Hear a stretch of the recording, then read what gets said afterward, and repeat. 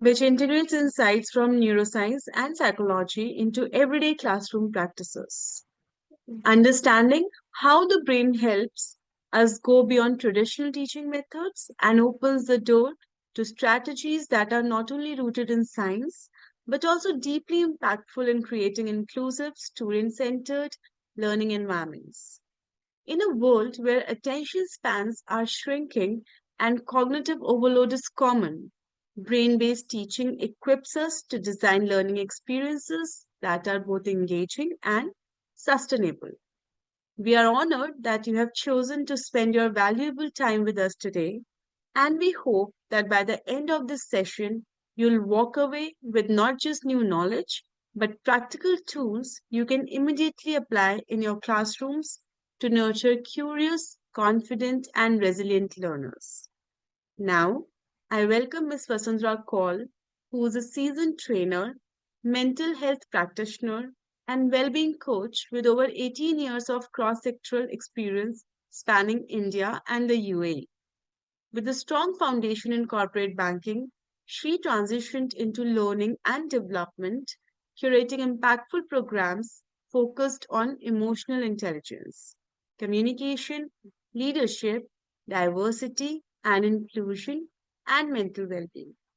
Ms. Vasundhara has designed and delivered interventions for organizations like Accenture, CGI, ITC, IDFC, 7 Technologies, DK Publishing, WRI India, and many more.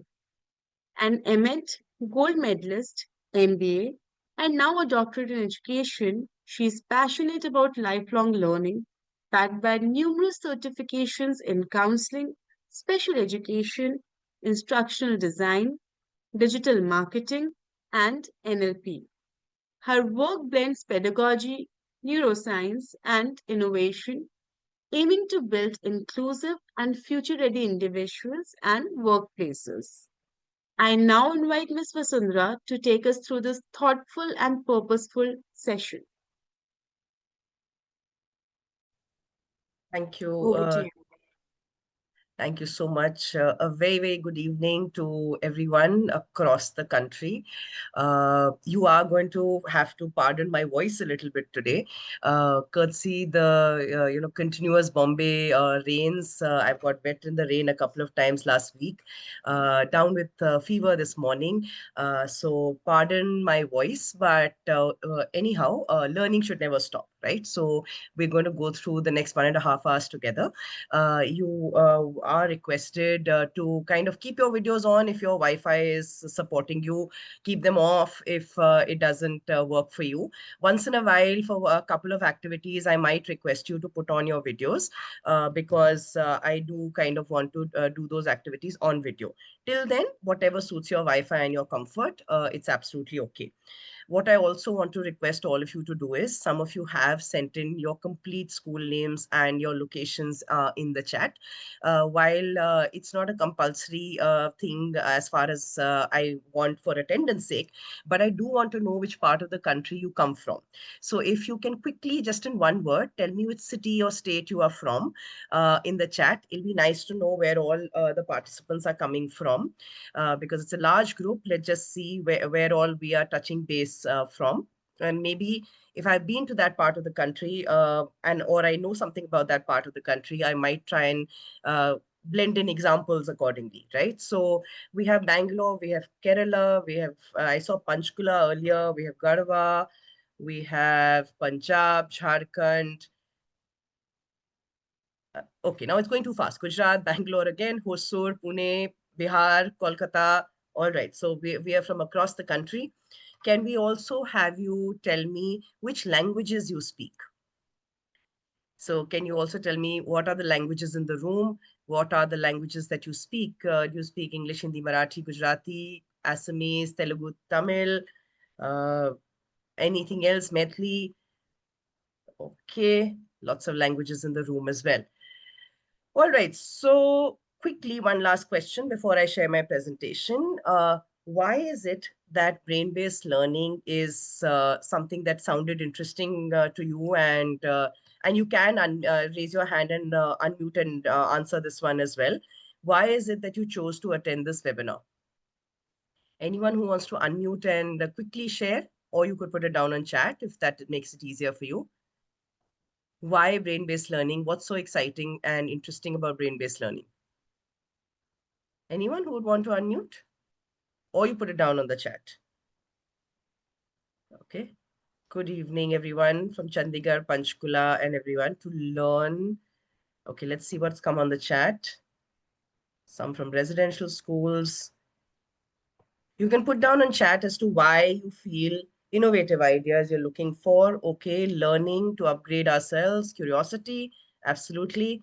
I think the brain in general brings about a lot of curiosity, right? To learn new things, better understanding, long memory learning, okay, new ideas. Human beings are different, thinking patterns are different, new learning and strategies. Brilliant. All right. So whether we are teaching in the secondary or in the primary, the concepts of brain-based learning are going to be applicable. Some of you could be higher education teachers as well. So irrespective of which age group you teach, the concepts that we do today are going to be applicable to the age groups that you teach. And towards the end, let's see if you want to customize it slightly with your questions as well.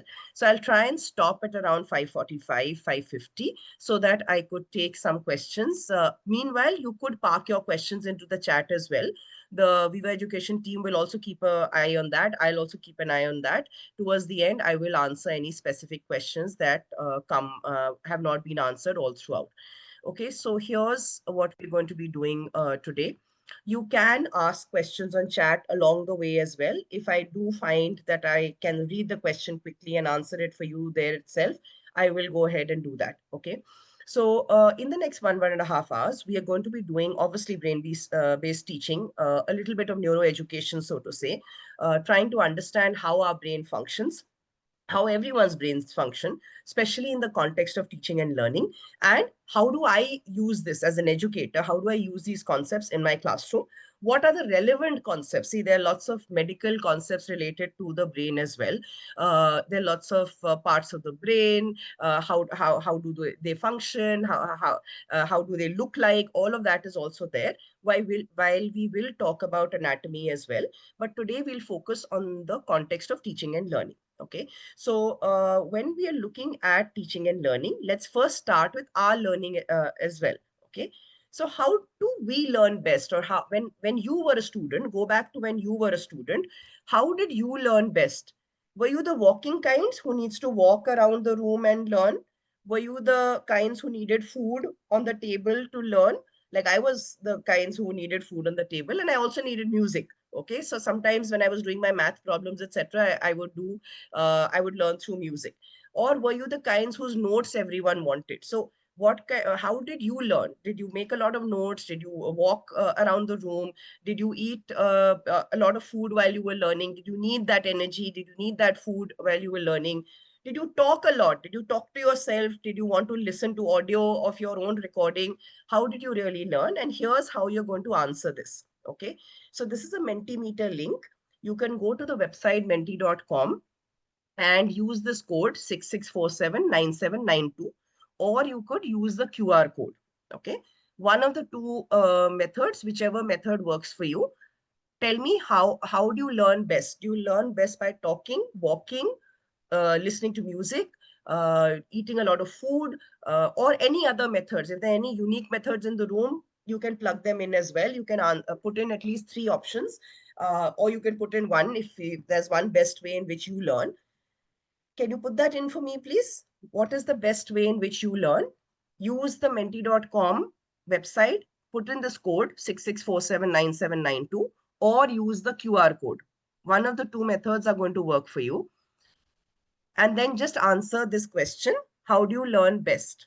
You just have to put in the words, either put in walking, talking, making up mnemonics, listening to music, eating food, whatever is needed for you to learn. Remember, it's not about your student.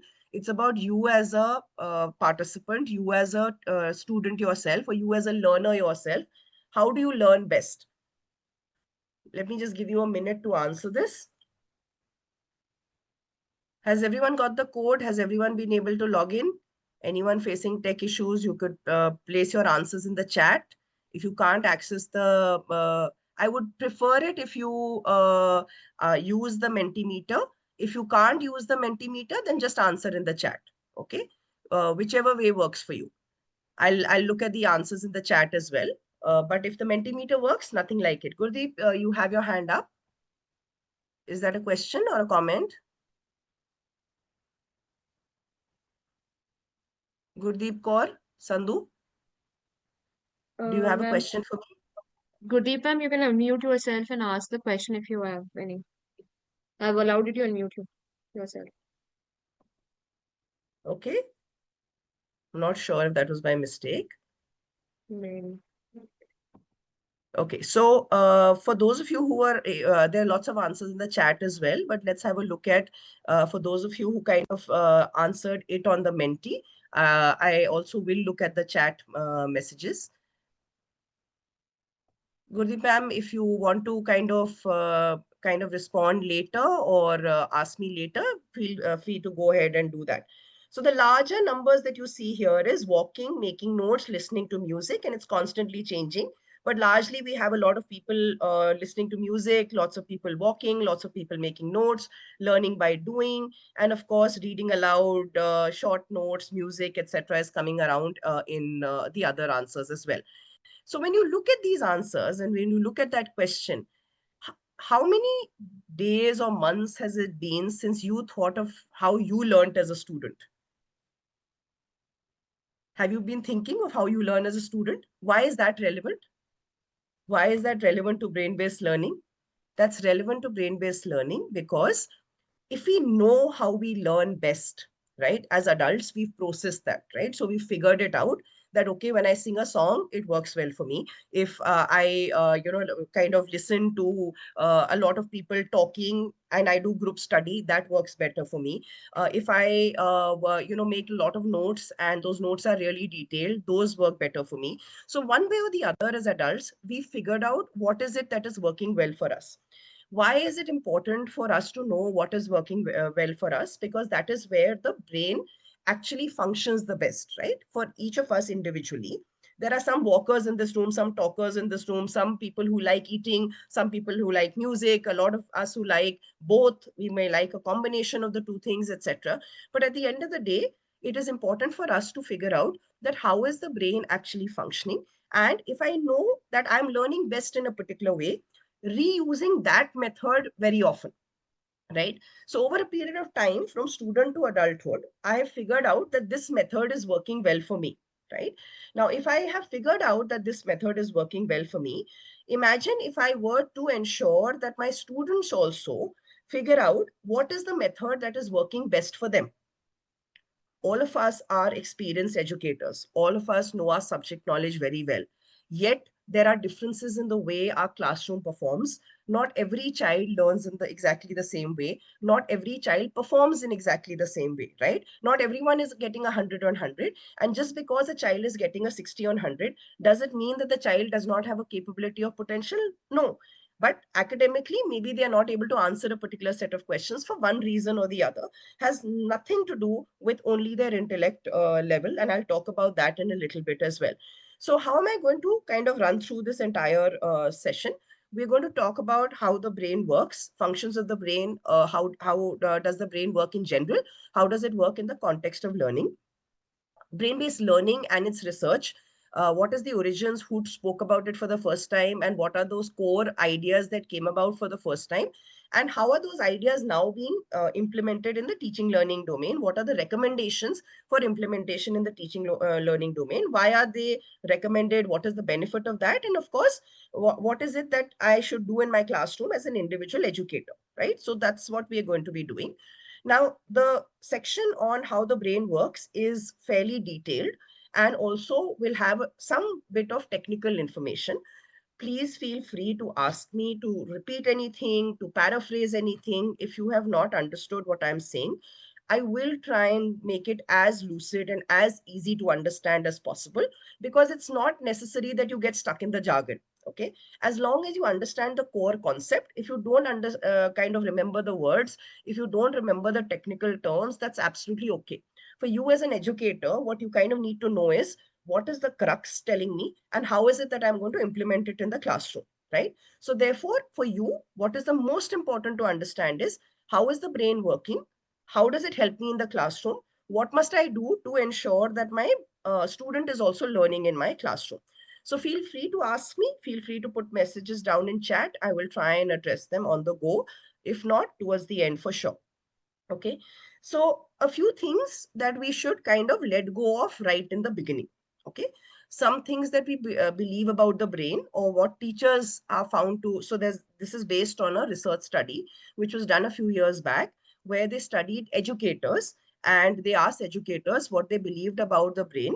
And some of these you would have also heard of, because they were part of my learning set as well. Some more also you would have heard of, so you can clarify those as well. But they asked a set of educators what did they believe the brain did or did not do, and how did the brain actually function. And there were some untruths or myths that they found educators really believed in. Okay. So people were found to believe that individuals or students only use 10% of their brain. They're not fully utilizing their brain. The reality is that individuals are trained, or naturally trained, to utilize the full version of their brain. Everything as far as the brain is concerned, we are trained to utilize naturally so. However, if I don't get the right kind of environment, I don't get the right kind of exposure, I don't get the right kind of, push to be able to utilize the brain, then of course my brain is not going to be fully functional, right? But otherwise, most naturally so, all individuals will utilize their brain to the fullest. Okay. Then there was a few years back this idea about left brain and right brain. You would have heard of this, left brain dominance and right brain dominance, where some of us believed that we are left brain aligned because we are either more technically aligned, or we are right brain aligned because we are more creative one way or the other, right? Research now tells us that because we do have the two hemispheres are but naturally going to work as well, right? Now, inherently, some of us might be more creative, and I'll come to creativity and its definition as well. But some of us might be more, loving the arts, loving the liberal thought process, etc., etc. Some of us might be more process driven, more analytical, more critical in the long run. Okay. However, all of us use both aspects of the brain. And if as educators, we can develop both aspects of the brain, then that is something that is going to work for the student in the long run.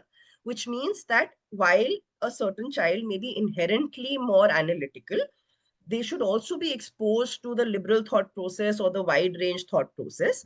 While a certain child might be more liberal in their thought process, more creative in their thought process, such a child should also be more exposed to how do you think analytically, how do you think step by step, what are the processes, what are the basic set of numbers, operations, etc.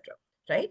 So when you look at, yes, I think some of you are putting it down on chat that if I'm a left-handed person, then my right side of the brain will work, or if I do the left brain and right brain exercises. So if you see the brain gym exercises are designed in a manner that both hemispheres of your brain are going to get activated. Okay. So if you're an early years teacher and you're using the brain gym exercises, it's brilliant because it is going to ensure that both hemispheres are going to be fully activated. And it's important that both hemispheres fully work. Okay.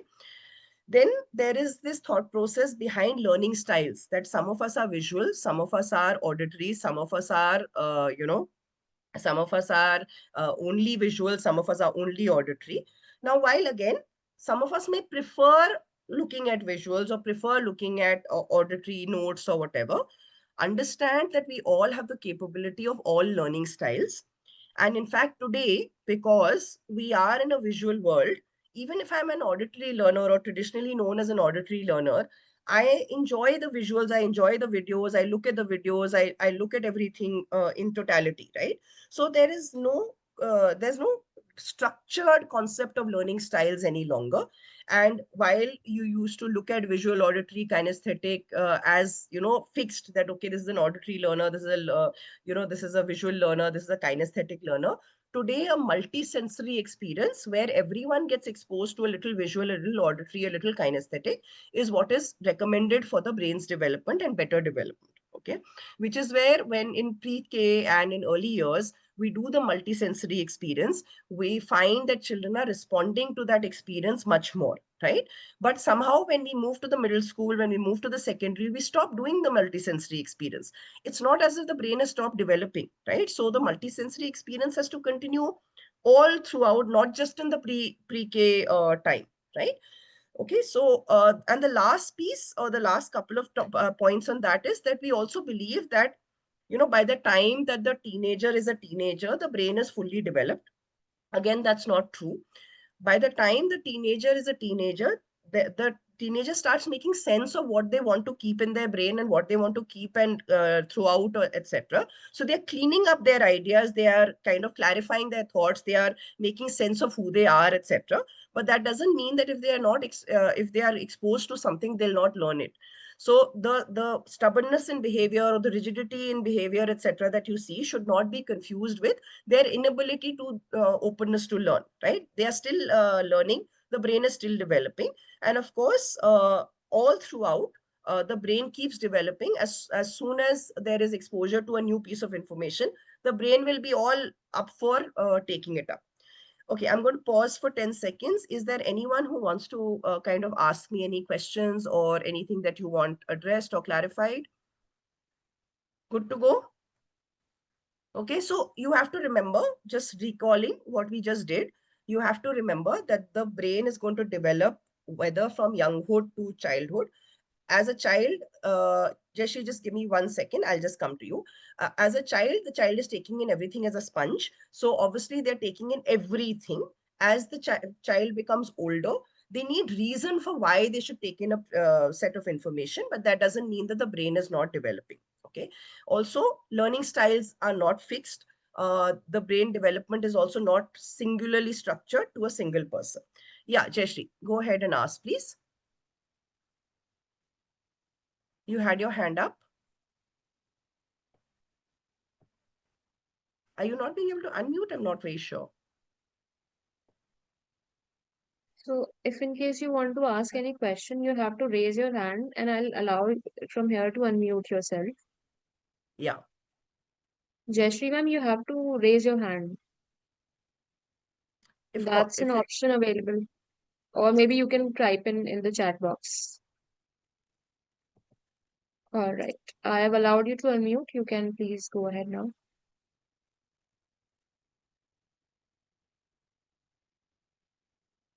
go ahead and Jayashree ma'am, try.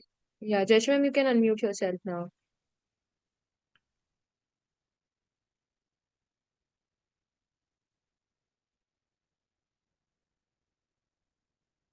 If you are facing an issue, maybe we could take the questions in the end. This time I'll try, but maybe otherwise I'll park the questions for the end because there are a lot of people on the. Abin, Ma'am, are we have you? received the question in the chat box and on Facebook. How long does the brain continues to grow? So almost, can I answer that? Yeah. So the brain essentially continues to go almost lifelong. Neuroplasticity, we will talk about that concept in a little bit. But like I said, the brain is going to continue to grow till it has opportunities to grow. Right. So, and understand that it is not growing in size, it's developing from the purpose of ensuring that you are picking in more information. So, as soon as you have exposure, as soon as you have the ability to take in more information, you will be able to have that, which is why we say that even for older people, if you keep them active, their moving towards dementia or Alzheimer's, etc., is not stalled forever because there is a physical aspect of brain development as well. But keeping people active and ensuring that the brain is actually working ensures that development can continue way beyond adulthood and much into your prime years as well. Yeah. Okay. So maybe we just continue therefore, and everyone can kind of put their questions in chat. One of you can just pause me when you want me to answer the questions. Yeah. So therefore, let's look at what is it about the brain that we actually need to understand. Okay. So there are three aspects of the brain that we will try and understand. All of it we will not understand in detail because we are going to understand the concepts which are necessary for your teaching learning process. Okay. So how is the brain structured? What is the basic anatomy of this brain? The question that just came in is related to neuroplasticity, which is the brain's ability to adapt, change over time. So when we're talking about brain development, we're looking at changing over time. Do I have the ability to constantly change over time? And my neuroplasticity can be kept active for a very, very long time. There are factors that are responsible for that. So even when we are much older, we can keep our brain very, very active and ensure that neuroplasticity is very much there, which means the ability to adapt and change over a period of time is very much there. And then of course there is the hormonal side of the brain where which results in stress hormones, which results in other hormones being secreted, which also impacts learning in a way. So we're going to look at those three aspects of the brain and the brain functioning. Let's look at the first one. Now, the reason why I've chosen to look at memory is because as educators, traditionally, we have always believed, and at least that's how I studied as well, right? So don't guess my age, but even if you do, very clearly, I belong to a generation where I studied, and I'm sure a lot of you belong to that generation where we studied, where rote learning was very important, where what was known as mugging up was very important, right? Now, we believed that the certain set of people were better at rote learning and others were just not able to do rote learning, right? That was the belief. Now, that is again a big myth. Why is it a big myth? Because the idea of memory itself, the way we understand it, is incorrect. Okay. So we feel that memory is about something that stays in my brain, while it is that, but it is not that someone has a greater ability to memorize versus another person to memorize. Let's first understand how memory works for us, and then you'll realize that it is not about the fact that people will remember more and remember less. It is about what am I doing with the learning process? How am I going through the learning process that I actually remember more or remember less? Okay. So before I tell you how the memory process is going, just think about this in your head. Okay. How many of you still remember, and you don't need to answer this, this is just for you to quickly reflect. Okay. How many of you still remember the words of Twinkle, Twinkle, Little Star? A poem that on an average you would have learned 30 years ago, 40 years ago. Okay. How many of you still remember what happened on day one of a particular school day, a year or whatever? Okay. Again, something that happened 25 years ago, 30 years ago. How many of you have your best memory still in your brain? Right? You remember the first time you got a prize, the first time someone praised you, your favorite person, what your best friend, the day you met your best friend, who's your best friend. All of us remember those things. How is it that we remember those things and we forget certain other things? Okay, how many of you remember the question that came for you in graduation part 1, paper 1? How many of you remember that? Which questions came for graduation part 1, paper 1? We don't. How many of you remember your favorite teacher? How many of you remember what they taught you? How many of you remember them being kind to you? Okay. So you'll possibly remember the kindness that a teacher showed, not the fact that she finished the syllabus. Right. So, okay, someone really remembers the exam paper. Kudos to that. There must be something about in your memory set that is actually triggering that, so which is good. So now let's figure out how is it that memory actually works for us. Okay. There are various stages of our memory. One is the encoding stage where we are taking in the information. Okay, we are taking in information from the environment. I'm seeing something, touching something, hearing something, feeling something. I'm taking in information. The second part is whether that information is going to remain with me. Okay, whether that information is going to remain with me in the long term. The third part is If it remains for me in the long term, when I need it, can I bring it back? Which means, do I have the ability to retrieve? Okay. So memory, if it is working, it goes through these three parts. Encoding is taking in the information and decoding it, figuring out whether I should store it, not store it, whatever. Retrieval is when I'm bringing it back when I need it the most, when I have to answer a paper, when I have to answer a question, when someone's asking me to remember something, am I able to bring it back? Now, how does this entire piece work? When I'm taking in information through multisensory experiences, maybe I'm hearing something, feeling something, learning something, whatever. In my short-term memory set, some pieces of information are parked. If I find that I am not being able to make sense of the information that has come to me, I can neither correlate it to something that has happened in the past so that I can build a connection, nor can I actually make sense of what is happening, in this entire process. Why is this information come to me? What is the need of this information? Why is this information necessary? So that's the part which is the working memory part. So the brain is actually working on the information that is coming in, figuring out whether it should actually waste its space in keeping this information or not, or whether it should just let go of this piece of information rather than wasting space. So imagine it like a computer. So understand that the way the computer programs have been built, AI has been built, is all the way in which the human brain actually functions.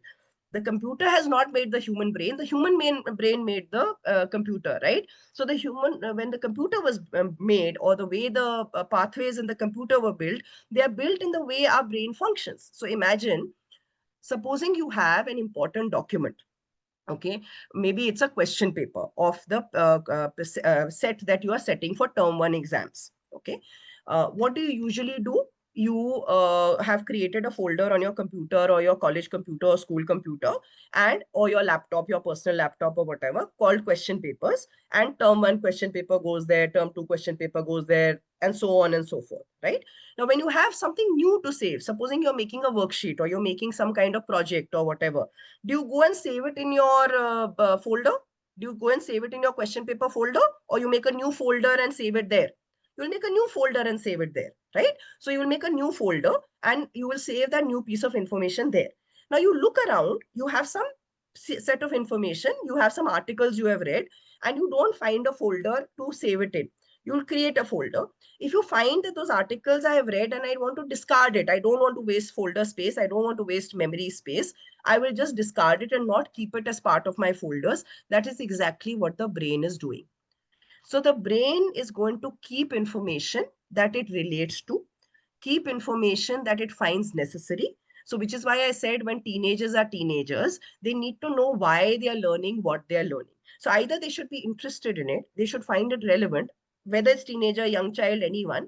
The brain is going to keep that piece of information when you are interested in something, whether when it's making sense to you, when it's connected to your previous knowledge. So why do we say previous knowledge connections are so important? It is important because that's where the memory gets triggered, saying, oh, I learned something. So when I'm learning a new shape, I knew that squares and rectangle and circle teacher had taught me. Now I'm learning oval. She's telling me this is also a shape. So it goes and gets parked into the shape folder, right? But if I'm learning something absolutely new and I don't have a folder for it, which is what is happening in the early years right up till middle school, that most topics which are taught to children are new topics. So they're going to struggle with having the lack of previous knowledge, which means we need to find other connections for them to actually find it relevant, to keep it as part of their memory sets, right?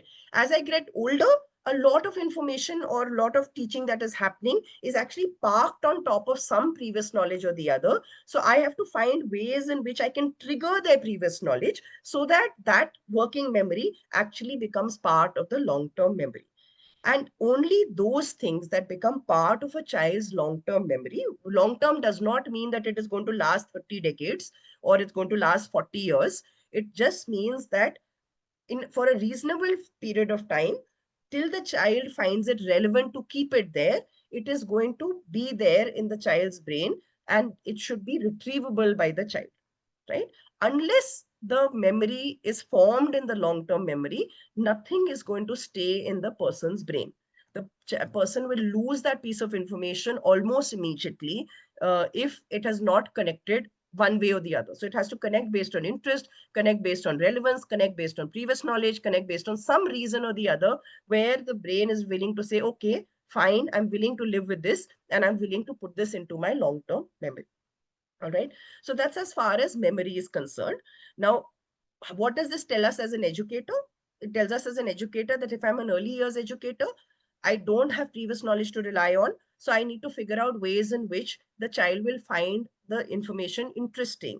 We'll take it in multisensory experiences. We'll ensure that I do have multiple memory chips, so to say, getting incorporated. So the child has learned to touch it also, learn to feel it also, learn to describe it also in various ways. As the child becomes older, ensure that you're constantly triggering the previous memory, constantly going back into previous knowledge and finding connections from there. So it's like, if I want to teach HCF, LCM in class, I haven't checked whether the child knows factors and multiples or multiplication tables. I can continue to struggle for 3 weeks and I will still not be able to teach HCF, LCM in class. I'm trying to teach essays in class. I'm trying to teach the child how to make essays and good essays.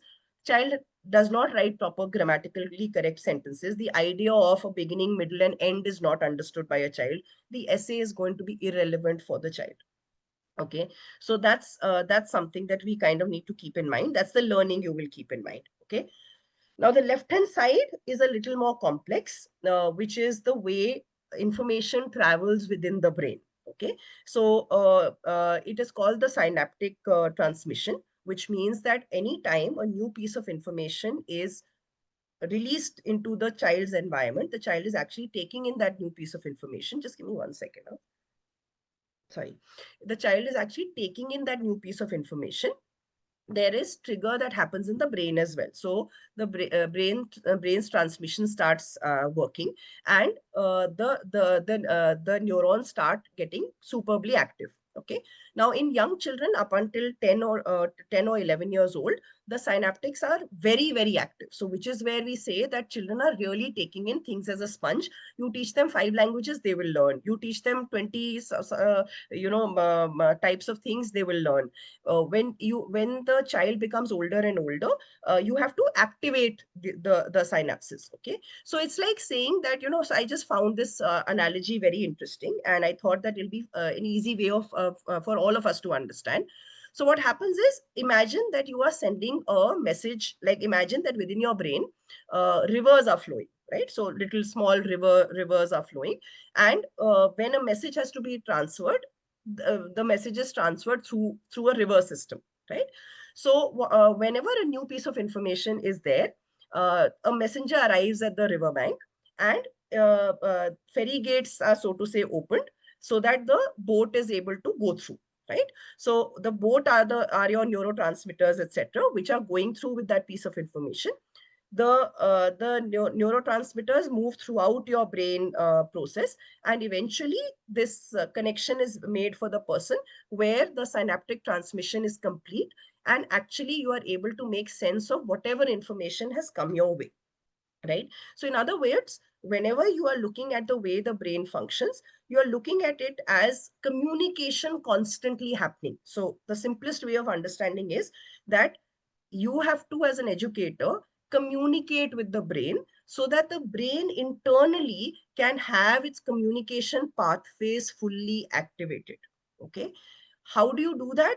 You have to do that by doing multiple things, and we'll talk about those. But that's what you need to understand, that the brain is actually doing a very complex process in trying to make sense of the information. So supposing you are teaching metals and non-metals to the children, right? And you're teaching them differences between metals and non-metals, and you have to tell them what is the advantages. You're teaching them the importance of ductility and malleability and all of that. So you're teaching them concepts that they've not heard ever, or they've not heard ever in those words. Like, for example, even just now, some of us are not very familiar with how synaptic transmission works. There are some unknown pieces of information on this slide. What is the feeling that you get from this slide? Do you not shut off? I've purposely made that slide like that. Most of my slides will have very little information. This slide had a lot of information. Do you not feel like shutting off, saying, oh my God, there's too much information, right? Why? Because you are trying to make sense of this side of the slide, that side of the slide. There's one bold text on the other side as well. So when you, as an educator, ensure that the child's brain is fully active, you will be ensuring that the communication within the brain is fully active. So the communication within the brain is what? The child should be ready to take in that information. So that messenger should reach the riverbank, right? Then the riverbank should be able to open the floodgates, which means healthy diet, stress-free environment should be there. Then those floodgates will open when I'm fully focused, when I'm not stressed, when I have a healthy diet, when I'm eating well, okay, I've had proper sleep, is when my brain synapses will work fully and the ferry gates will open. Then neurotransmitters will ensure that the boats are moving and the messages is going across, which is where the memory piece comes in, where I will then make sense of whatever information is there. Do I understand that information? Do I not understand that information? What is happening? Okay. Now I'll pause here because typically when I do this session, there is a lot of information that is being given to you, right? You also need to process it, right? You also need to process that information. You also need to make sense of it. So I'll give you a 5-second pause. In case there are any questions that you want us to address, just put them on the chat and I'll pick them up in a little bit.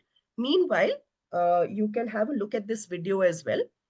So before I play the video, let me just tell you it's a short video, and this video is about the concept of neuroplasticity.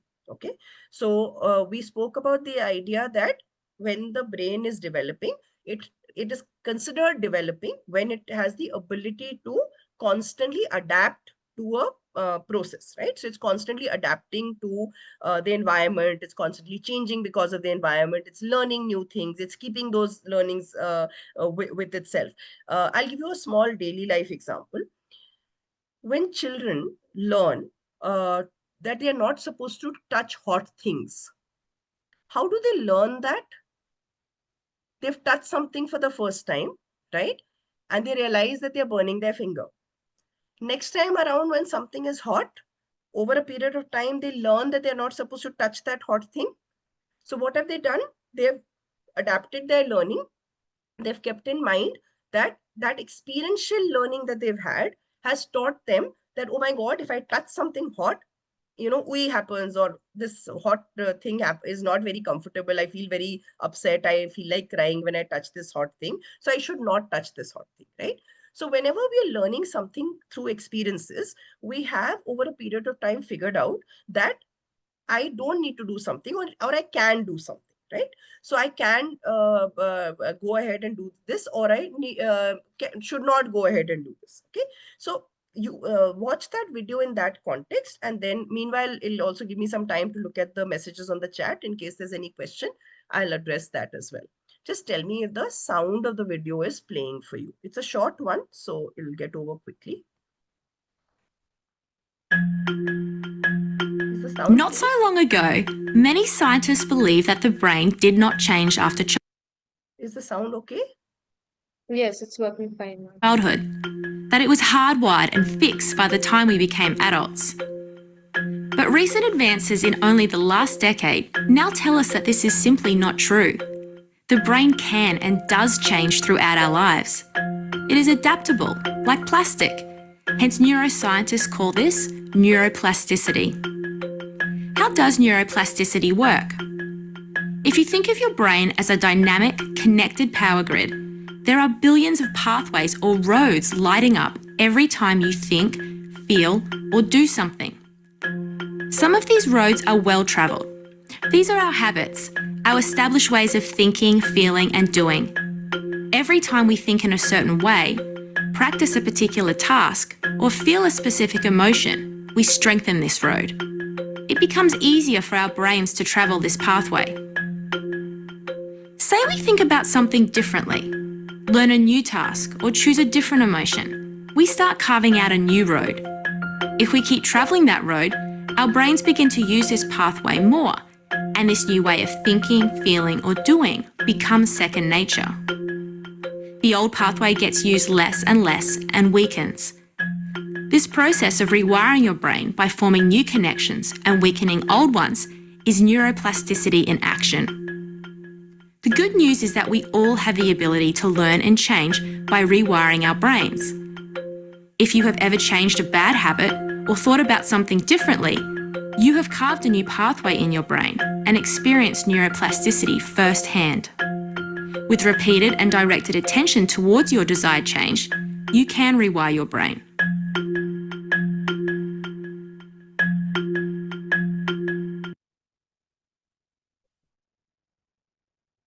All right, so there were two questions in the chat. If there are any others that I'm missing, let me know. Relevant questions. When I'm looking at the concept of synapse, neuron, and neurotransmitters, someone had asked a question about, I think if I understand correctly, the difference or the connection. So your neurons, which is your nerve cells, which are there in your brain, which are responsible for all the communication that happens in the brain and the way the brain functions, has a junction-like structure, which is called the synapse. So the physical structure is the synapse, which are at the end of two neurons where they are connecting with each other, and the communication bridge is being formed. The neurotransmitters is the chemical which is required for this transmission to happen. It's like saying that, when we have internet, the physical box or that modem is your synapse, and your Wi-Fi connection which happens, which is required for your internet to function, that is your neurotransmitter. The neuron is the nerve cell itself. I hope that clarifies for you. Someone had also asked that, okay, what are the methods in which we can actually increase long-term memory, and how do we ensure that in the classroom, long-term memory of whatever we say, speak, do, stays. Okay, so maybe this model that I'm going to now tell you about how the brain communicates is going to answer that question in a way. If it doesn't still, and you still want me to address it in a different manner, I'll do that.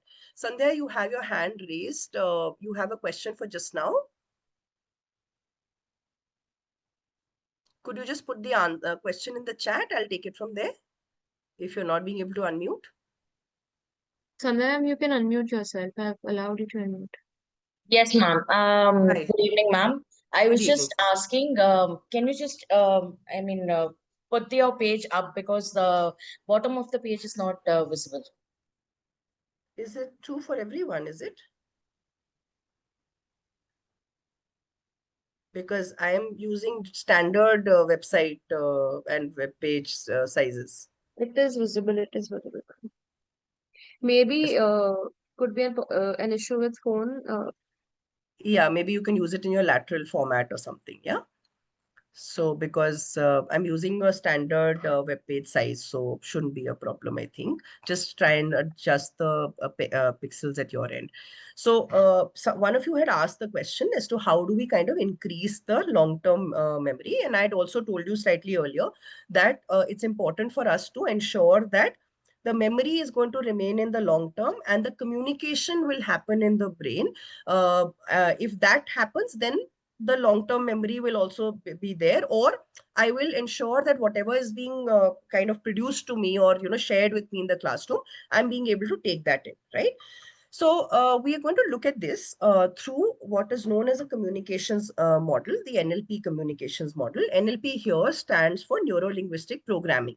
Okay, neuro is again, obviously you're talking about the brain, the language of the brain and the way you can program your brain.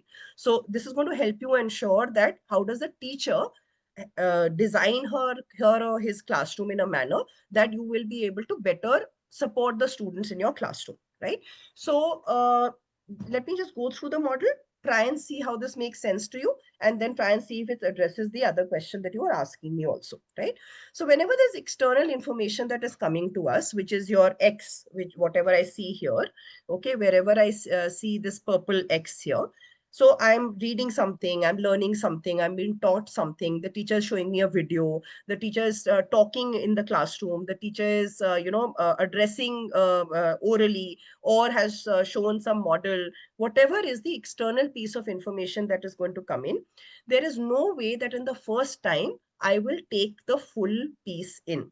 Okay, because there's so much information that is coming to me on an ongoing basis, even when someone is not teaching me. See, if you just sit just now quietly and don't do anything, don't even listen to this audio recording or this Zoom webinar, you'll hear the fan, you'll hear someone's bell. You sit very quietly, you may see some, you may hear something else outside also. You just look around, you look at the pictures on the wall or a blank wall or something. That is also giving you a piece of information. So our brain is trying to take in information, process information, even when we're not doing anything. So in the classroom, obviously, the child is trying to concentrate, the child is trying to take in information.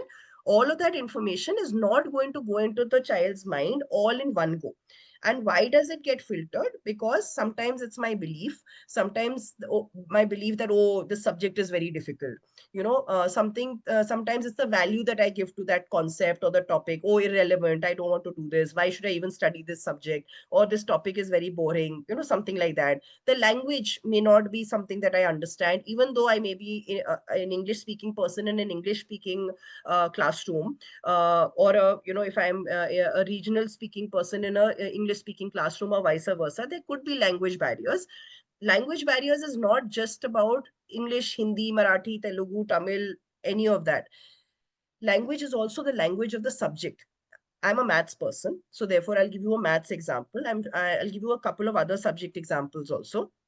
So for maths teachers, you will relate to this, and for others also, because this level of maths all of us have done. So, when we used to have those word problems, which used to say that I borrowed a sum of money from person A at the rate of 10% for a period of 5 years, what is the amount of money that I have to return?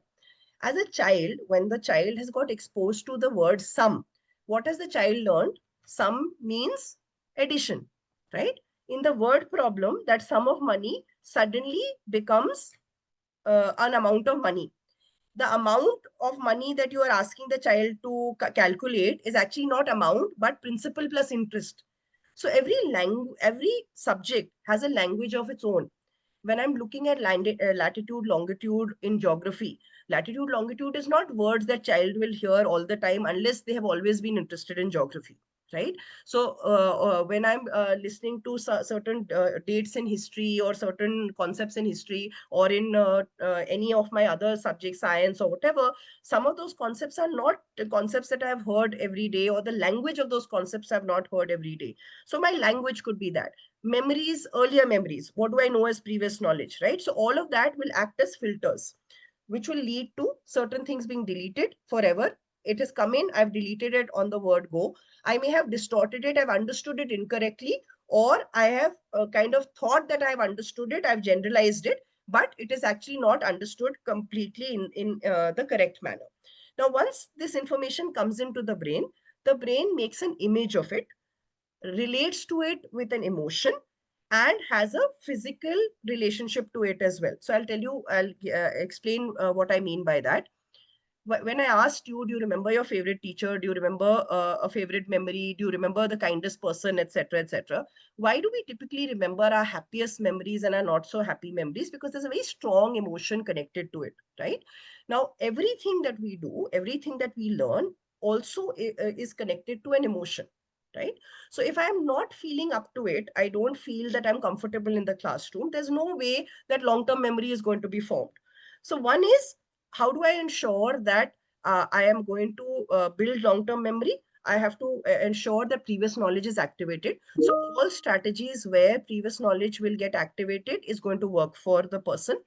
All strategies where you are going to ensure that the social emotional development of the child is okay in the classroom, the child is comfortable with the subject, interested, finds that they are finding it relevant, automatically long-term memory will be better.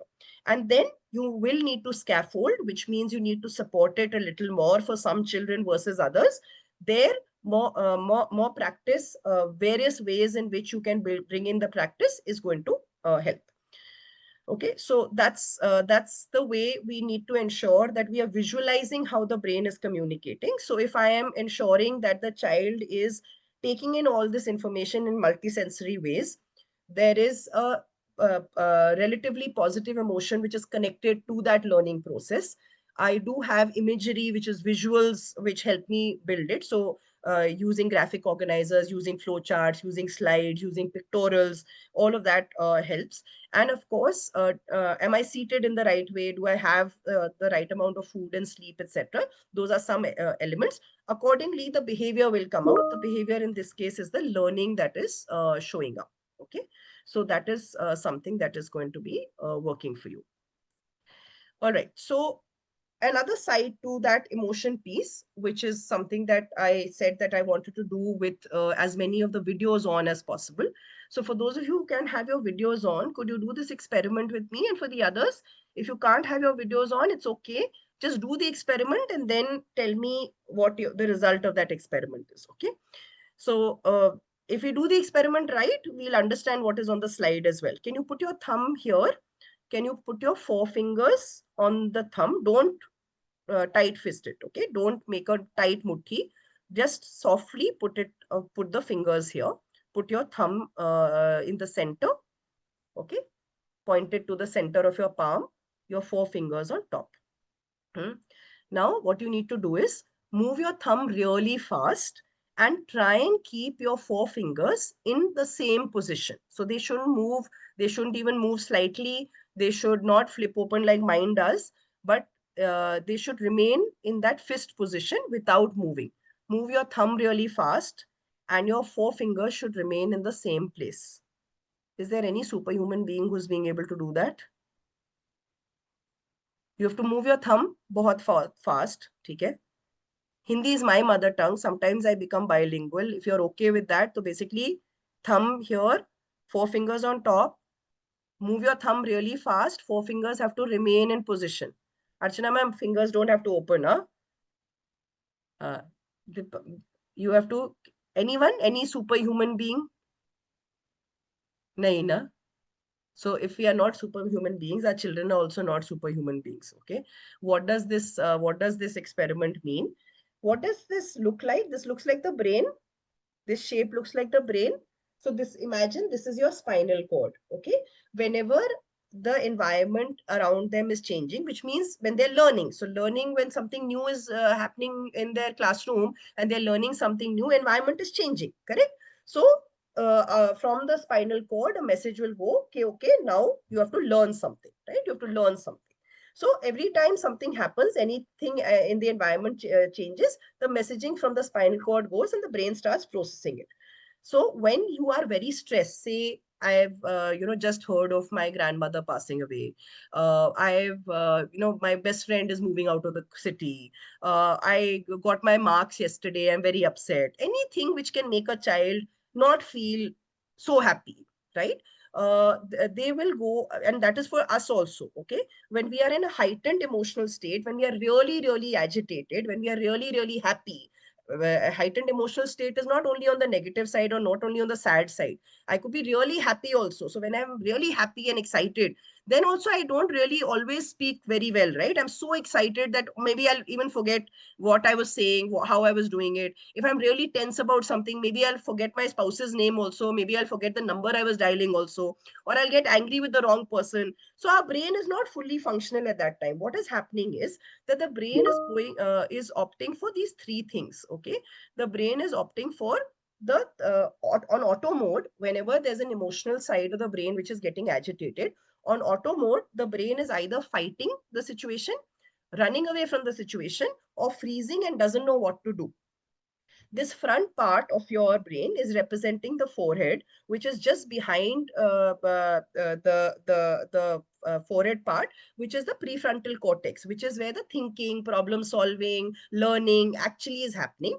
The orange part, which is representing of that thumb, is your heart of the brain. So when the heart of the brain is really upset, when the heart of the brain is actually, very agitated, the brain is actually running away from the situation, fighting the situation, or freezing in that situation. At that point in time, if we are trying to teach the child anything, the child is not going to be able to learn anything. It is impossible. We could be the best teacher in the world. We could be the award-winning teacher in the world. I could be the bestest possible teacher in the universe. Okay. If my child is emotionally upset or really happy, really excited, till they are not able to settle themselves down, there is no way that the brain is going to be fully functional. They will not be critical thinkers, they will not be problem solvers, there will be no long-term memory happening, nothing of that kind happening. And that's so true for you also, right? On a day when you have been very upset, something happened at home, or you got up late and you were running to school, etc., you're not your usual self, like all your lesson planned and this, that, and the other, but on that particular day it doesn't really work out, right? Because, and then you're wondering, saying, oh, today I was not my 200%. As a teacher, we are always questioning ourselves, but that the reality is we are human. The reality is the child is also human, and the child is human. Just because the child is not getting what you are trying to say does not mean that the child is holding it against you, or you have to hold it against yourself. Maybe you have done your best, but maybe it is not the best for this child at the moment. At the moment, I'm not saying you will never do the best for the child ever. So what are the things that you need to remember from all of this that we did? What are the things that you need to remember? You need to remember that the brain is always about recognizing patterns. If the child is able to recognize patterns, better memory is going to happen, better learning is going to happen, better understanding is going to happen. If previous knowledge linkage keeps happening, then that is something that I'm going to be able to do. If I don't have previous knowledge about something, then emotional engagement is important. Then multisensory processing is important, because then I'm taking in as much information as I can and I'm trying to make sense of it, right? Understand that the brain will always parallel process. It's not as if they will, just because they are kind of not listening to you with full intention, all eyes on you, that doesn't mean that they are not listening to you and not understanding. They do need time off. Like just now, I am also constantly talking. I'm sure you're taking your time off moments, to make sense of what I'm saying, and trying to come back and say, okay, now I'm trying to make sense of it. Curiosity generation, which is something that you spoke about right in the beginning. Why did you enroll for the brain-based flow? Because the brain is a curious thing for all of us, right? And the nice part is, the paradox of the situation is that itself also, it is a very curious organ in the body. The more you expose it, the more experiments you expose it to, the more experiences you expose it to, the more chances of learning you expose it to, the curiosity keeps increasing. You keep wanting to know more. It's like a linkage. I know this much, I want to know more. I know this much, I want to know more. Which is where the concept of research and knowledge generation is actually coming from, right? That I have searched this much on Google, but I want to learn more. Then I go deeper, deeper, deeper, deeper. Plasticity, storytelling, and context, which means that whenever there's linkage, so for example, the synapse concept is a difficult concept to understand, too many technical words, and I'm only doing a 1.5 hour session today. So analogy of the river bank, something you will connect it to and you might just remember, which is where I put it there, right? Because the brain builds stories for itself. And if we are able to do, storytelling does not always have to be once upon a time a king and queen existed, right? Storytelling is about just finding connections, finding relatability, finding the nuances of what characters in the story are. So my characters could be a calcium molecule and a oxygen molecule, and see what is happening with it, right? So storytelling. And of course, a very, very critically important part, and something that I feel is extremely important for students who are on their mobiles otherwise all the time, is social learning, right? They are so not doing social learning. So the social media aspect is another aspect altogether. But in class, if they are doing group work, if they are doing learning together, etc., not everything you need to do as an educator. Now, why we shy away from group work, why we shy away from creating that chaos in our classrooms, is because sometimes it becomes very chaotic, and eventually we have syllabuses to finish and curriculums to take care of and all of that. But the reality is, if the child either ways is not going to understand what you're doing, what is the point in you finishing 26 chapters out of 26 chapters and them not being able to reflect on it, them not being able to understand it at all? And of course, the most important, which I'd already spoken about, is the fact that you do need the physical aspect as well. The mind and the body is part of the same system, and it does need to be a well-oiled machine for the brain to function well. So the physical aspect of your body has to be really healthy for the mental aspect of your body to work as well. Okay, so now that kind of brings us to understanding the brain-based part. If we've understood that, the rest of it is fairly organic. As educators, you'll be able to understand where is all of it coming from, what are the strategies you can use, what are the pedagogies you can use. Okay, so the concept of brain-based learning kind of came in the 1983s, but it became popular slightly later, where there was this person called Rennet Keynes who came up with 12 principles of brain-based learning, and a person called Eric Jensen, who eventually integrated the concept and said that why can't this concept of brain-based learning not be used in schools and colleges and eventually in the teaching methods. So let's look at the 12 principles. Some of those principles are going to come from what I've been telling you earlier. So the brain is a parallel processor, which means we do multiple things at the same time, right? The brain is able to see, listen, feel, talk all at the same time, which is where the multisensory experience makes so much sense, that if you are exposing children to the same piece of information in multiple ways, in multiple sensorial ways, then the brain is definitely going to respond in a better manner, right? It also talks about the fact that learning is about the entire physiology. It is not about that you can kind of only look after the mental part of your brain and physical body is not doing well and you still think you'll be able to learn. Doesn't work that way. The search for meaning is innate. Okay. There is no child who's actually a child who is not wanting to learn. Every child has the capacity, full potential to learn. I'm a special educator also, and today is not a day that I am doing special education, but there's one thing that I do want to tell you, that even as per research, 99% of our students, okay, 99% of any population is that percentage of the population which is average IQ to above average IQ, right? And actually, IQ is also a range. It is not a fixed value. As long as we are in a given range, we all have the capacity to learn. We all have the capacity to do everything in our daily living tasks, right? So students studying in an educational institution, irrespective of the board, will all have the capacity to learn, will all want to look for meaning, look for an understanding, will not want information which is not understood by them. If they are understanding, they will always keep that information with them. It will always be relatable to them and they will always learn better. It will always be through patterns. So pattern recognition is a big thing. So whether that pattern recognition comes in through previous knowledge, that pattern recognition comes in through how do I find this information relatable to real world? How do I connect this to things that I've seen around me? Whether I've seen this pattern somewhere in my house. So the pattern recognition could happen anywhere. The pattern recognition could happen in your classroom as well, through previous knowledge engagement as well. But eventually the brain is going to learn and recognize through patterns. And that is something that you kind of need to connect the dots with. And emotions are critical to the patterning. So if the child is in a stable emotional state, in a happier emotional state, you will always find learning happening better. And every brain simultaneously perceives and creates parts and wholes. So which means that you will learn from the smallest of ideas to the biggest of ideas, and the biggest of ideas you will have the capability to break it down as well. So sometimes the child has to analyze, sometimes the child has to synthesize, and every brain has the capability to do that, right?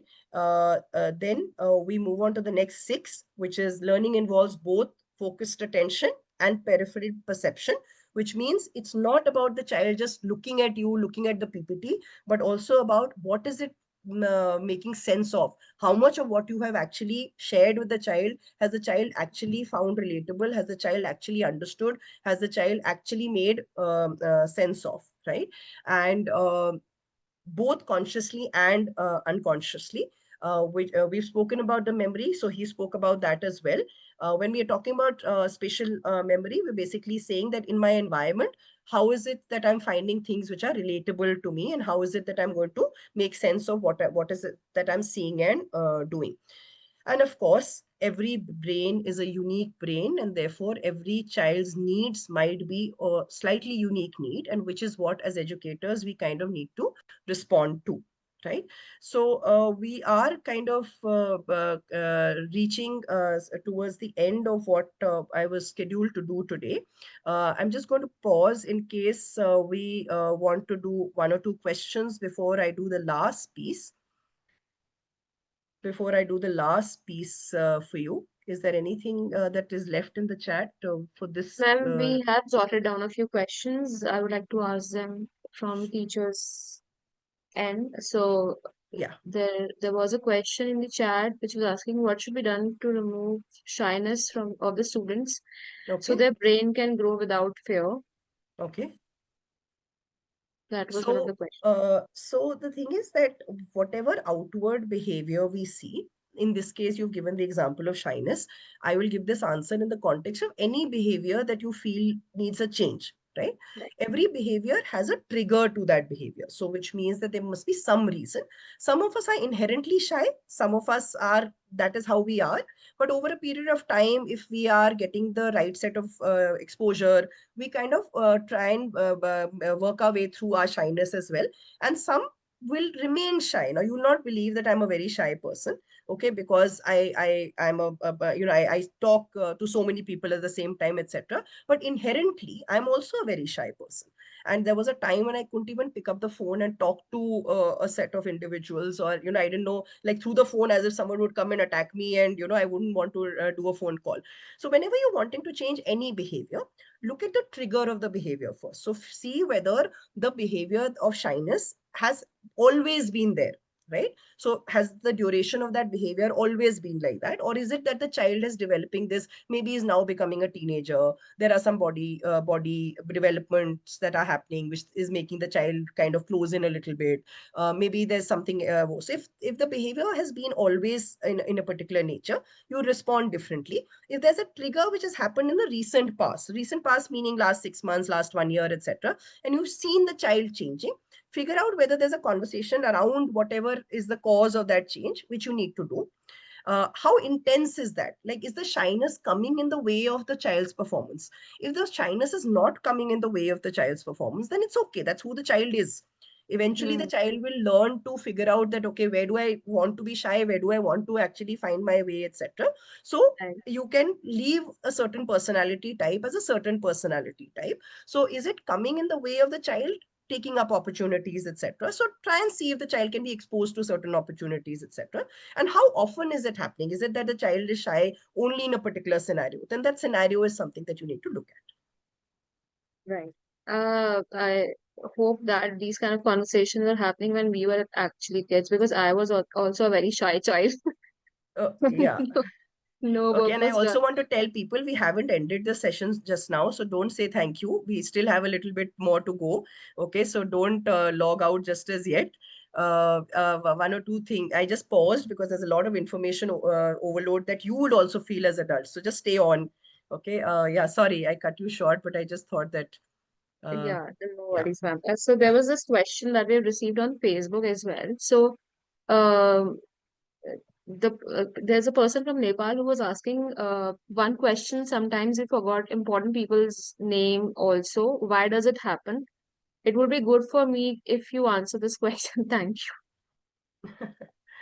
Yeah, so typically, whenever we forget the most natural of things, right? So when we forget the most, what we think is the most important to us, sometimes it's not necessarily the most important to us at that point in time, right? When there are two ways I'll answer this question. One is maybe at that point in time, it is an emotional state that you're going through. You're desperately trying to remember the name, number of someone you're wanting to dial, get in touch with, etc.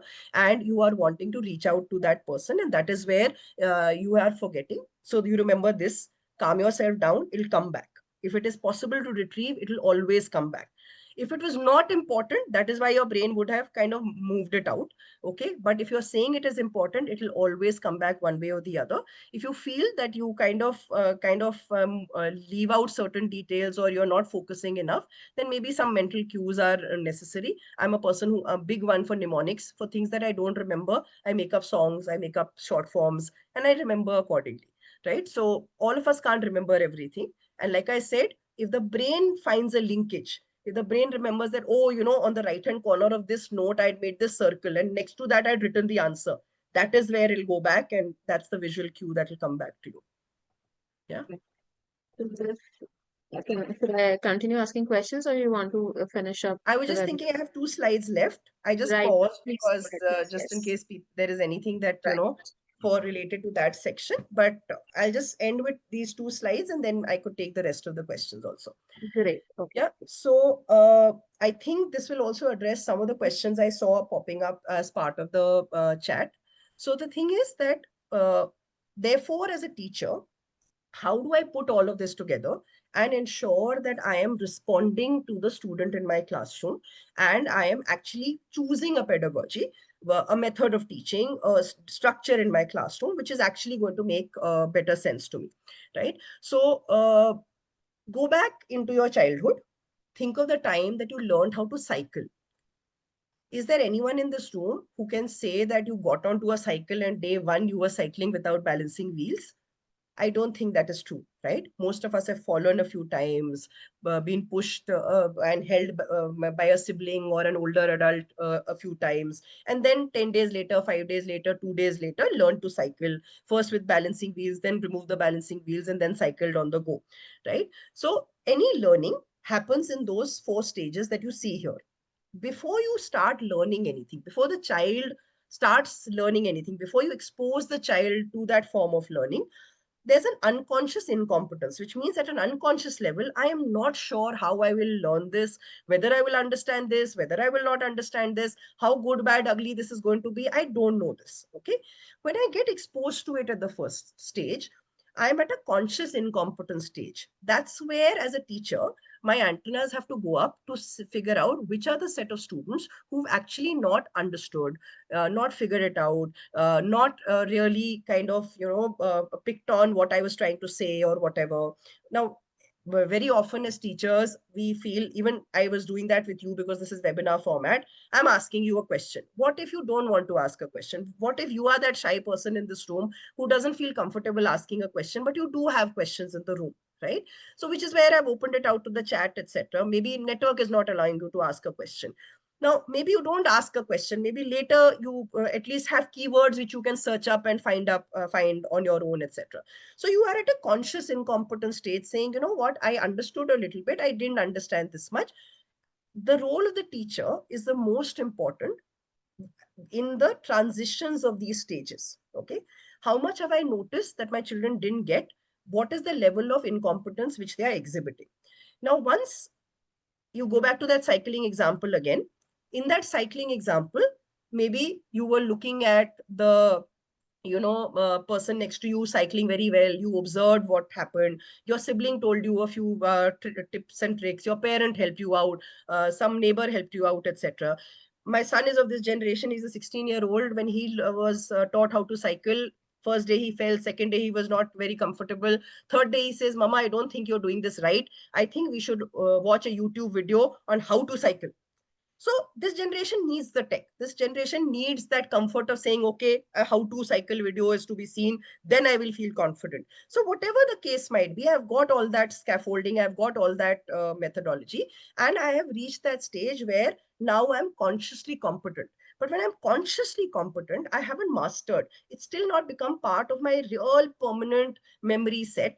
Okay. Where I still haven't made it that much important to me to remain there and to be retrievable always, because I'm still at that stage where I'm thinking, okay, I have to put the pedal like this, then I have to create momentum, then I have to put myself on the cycle and go on and so on and so forth. So what I'm doing at that stage is I'm constantly looking at step 1, step 2, step 3, step 4, step 5, right? Over a period of time, when it becomes second nature, when the topic becomes second nature, when the concept becomes second nature to the child, is where the mastery has actually happened. And as an educator, trust me, it is not about finishing the chapters. It is about creating the competency, the mastery in the chapters that the child did. You and I have also done subjective studies. You and I have also left out pages and paragraphs and chapters and not been able to do everything cover to cover, book to book. And we've done this reasonably well for ourselves in life. We've done our grades, we've done our graduations, we've done our masters, whatever you studied. So children will also do it. right? But whatever they have they done that well? Will they be able to say, yes, I understood that well, I will be able to apply this, I know what you're talking about, right? So that's where you need to look at it. And therefore, when you are looking at this picture on the right hand side and wondering what that is, if you look at that picture, what does it show you? It shows you a staircase, it shows you a ramp, but this is different, right? We have a lot of staircase and ramps parallel to each other. We have a lot of staircase without the ramp. Why is this picture different? This picture is different because this has been designed using the ideas of universal design.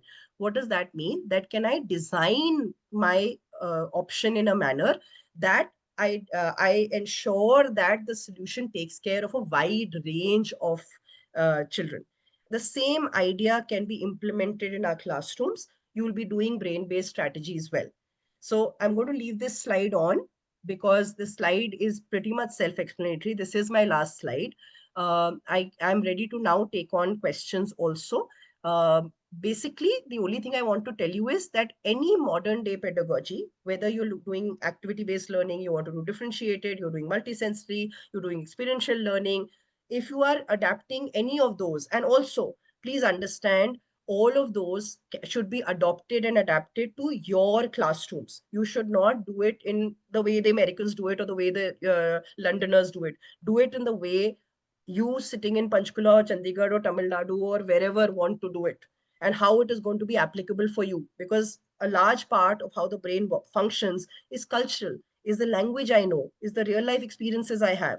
So if I'm going to look at differentiated instruction, if I'm going to look at experiential learning and active learning, it has to be in my context. It has to be real to me. And that's the only thing I'll leave you off with. So whatever the strategy, whether you're doing inquiry-based learning, whether you're doing play-based, whether you're using games in class, whether you're using body movement, all of them are going to be good strategies for people to use.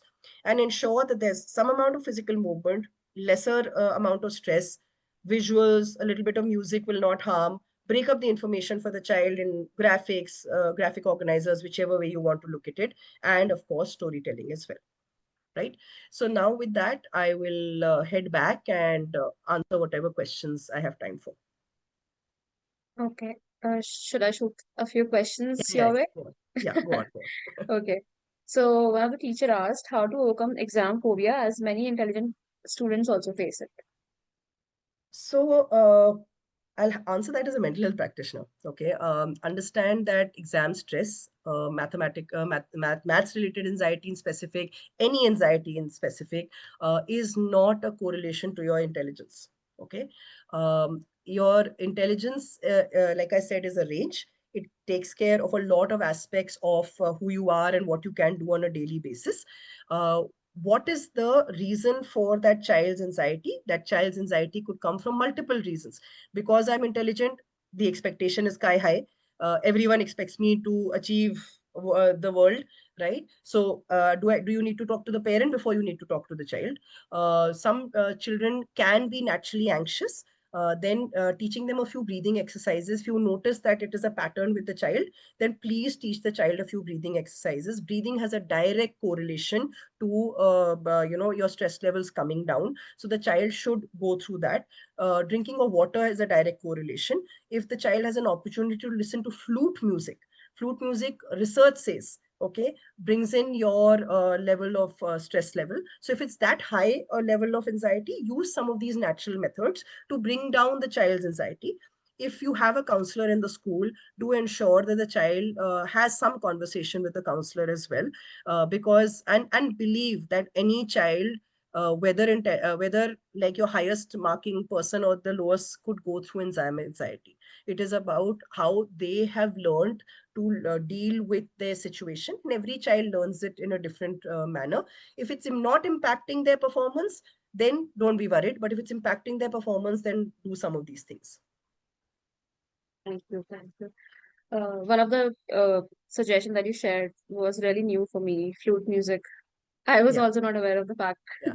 There's enough So, and more research which tells okay. you that. Yeah, So from now on, I'll be also you clinging to you'll that. see the difference. Yeah. Okay. So there's one question that a teacher has asked: how to deal with a child who's thinking he has no friends to talk to and share what he thinks. Okay. It's interesting how I'm getting questions a lot related to behavior. Yes. Yeah, okay. So, no friends comes from a space of two things normally. One is that how sensitive I am as a person, and also how over a period of time I may have been exposed to some elements of, I wouldn't say necessarily bullying in the terms of bullying, but any kind of body shaming or anything which kind of makes me feel excluded in one way or the other. Some of the times it can stem in from the child's own thought process, but very often it does come in from experiences. Again, if you're looking at behavior and you're looking at why the child, so the why has to be answered. Why does a child feel that they don't have friends? If you feel that the child kind of comes up saying that no one's talking to me, etc., as an educator, the environment is what we can provide. If you find that even by talking to the peers and trying to create that environment it doesn't help, then maybe working with the child is what we need to do. So then what we'll need to work with the child on is, why is this feeling of segregation coming in, why the feeling of exclusion is coming in, and what can we do to kind of overcome that feeling of exclusion. So there's one more question that we received from Mitali Das from on Facebook. What could be the issue with a person whose brain does not develop with the age, but all the other human activities are doable? Okay. So I'm assuming you have evidence to say that the brain has not developed, because typically only an assessment can tell you that, right? So only when the person has gone through an assessment would you know that, okay, there are cognitive issues and cognitive impairment issues. If you don't have an assessment which says that there is cognitive issues, then the safest assumption would be that the person is completely capable like everyone else, as long as an experience is possible. Now, if you do have an assessment which is telling you that there is cognitive issues, the extent of the cognitive issues will determine what is it that the person can partake in.